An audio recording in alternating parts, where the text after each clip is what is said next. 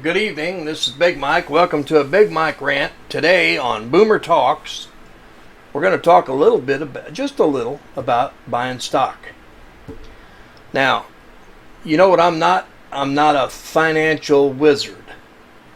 I'm not one of those guys that sits in an office with a leather portfolio and tells you everything there is to know about buying stocks. Or doesn't tell you anything and takes your money.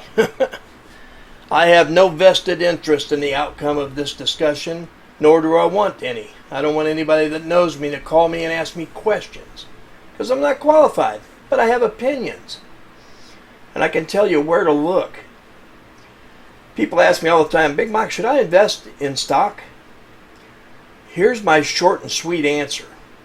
If you don't know anything about the stock market, stay the hell out of it. Don't mess with it at all. The closest you ought to get to it is maybe your 401k. And that's not very hard because they give you a bunch of generalized questions like, do you want to wait till you're over 55 to retire, or are you in a low risk or high risk? They don't care about that crap. They're just wanting to sell you stuff. But most of the time, it's what I used to hear my dad used to call the stock market a swag, which means it was a scientific wild-ass guess. And that's true, it is. But if you want to get started in the stock market, the first thing you ought to do is read about it. And the second thing you ought to do is put your money away. Because you got some thinking to do. Because you have to have goals. What are you trying to do? What kind of stocks do you want to buy? Do you want to buy mutual funds? Do you want to buy individual stocks? Are you looking to buy a big name? Do you want stocks that pay dividends? Do you only want stocks that pay dividends? All of that stuff is important to know, and if you don't know any of that, put your money away. Put it back in your 401k. You put as much in there as you possibly can on every paycheck. You know, when they allow you to change that, I don't know if that's a once a year thing or you can do it whenever you want to, but my recommendation to you is to take the maximum amount that you can put in your 401k and do it now. And here's why. Because if say you're 35, that means you've got about 30 years left to work, about 3 10-year cycles. You might have 3 more jobs in that 10-year cycle or more, but your 401k stays wherever you leave it. When you put money into something like that, they invest it into things that are going to make money.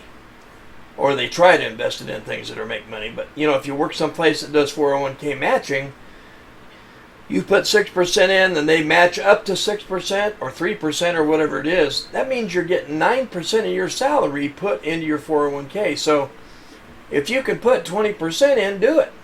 If you can afford to do it.